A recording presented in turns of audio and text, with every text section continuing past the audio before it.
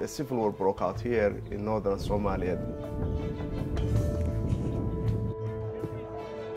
The government rounded up innocent peoples, including my father, late father, Muhammad Eid, my brother Mustafa, my cousin Yusuf, other relatives and neighbors.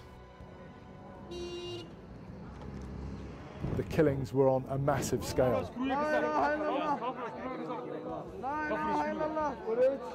We want to prove what happened here.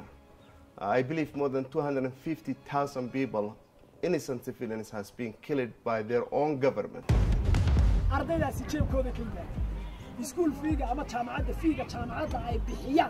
don't think we can even start to imagine the fear that these individuals went through in their last days, and certainly hours, of being abducted and knowing they were going to be executed. It is quite horrific. It is very important for you to understand that we're going to give you the tools, the means for you to be able to recover, in a way, these identities from people, to dignify the dead, and to give answers to the families.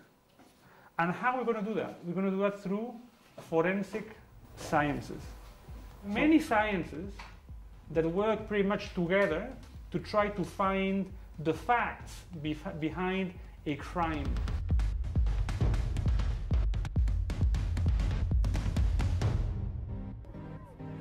People have the right to know. If some people are as evil and as mean as killing other people, at the very least, letting them know what happened to them, the faith, is extremely important.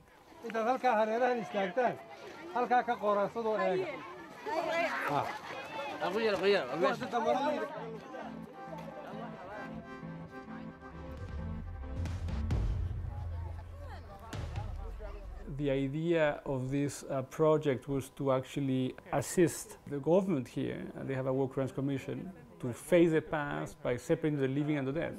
The idea of the government is actually to try to put their relatives, or to hand over their relatives to her, so they can be buried properly according to Muslim traditions, because it is not a Muslim tradition, and I know that for sure, to put people all in a hole.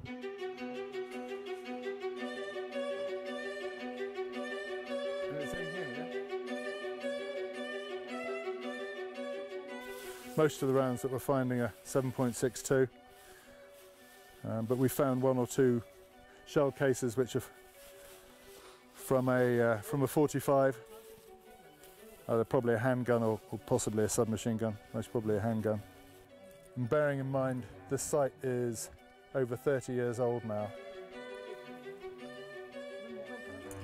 and the amount of munitions we're finding just lying on the surface, it gives you a bit of an idea, sheer amount of rounds that were fired in this area.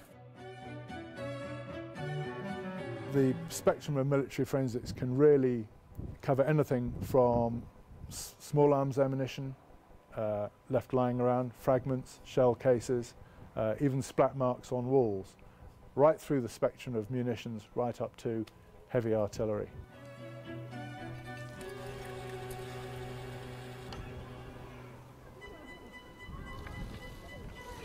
If you do not confront your past, to get answers, it is very difficult to turn the page and say, okay, now welcome the future, Otherwise, it's a permanent crime. It's a crime that just never stops, because you don't know. You don't have a body, you don't know if the person is alive or dead. The coronal suture divide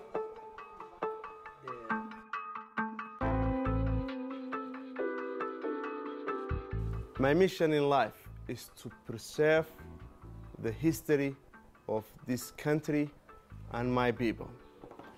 250,000 people who's being massacred by their government is not a joke.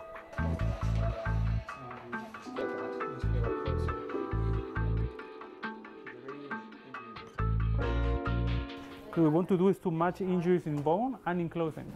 Because the fact that the injuries are matching both in bone and in clothing, it is a double corroboration of the fact that what you're looking at is an injury. Yeah.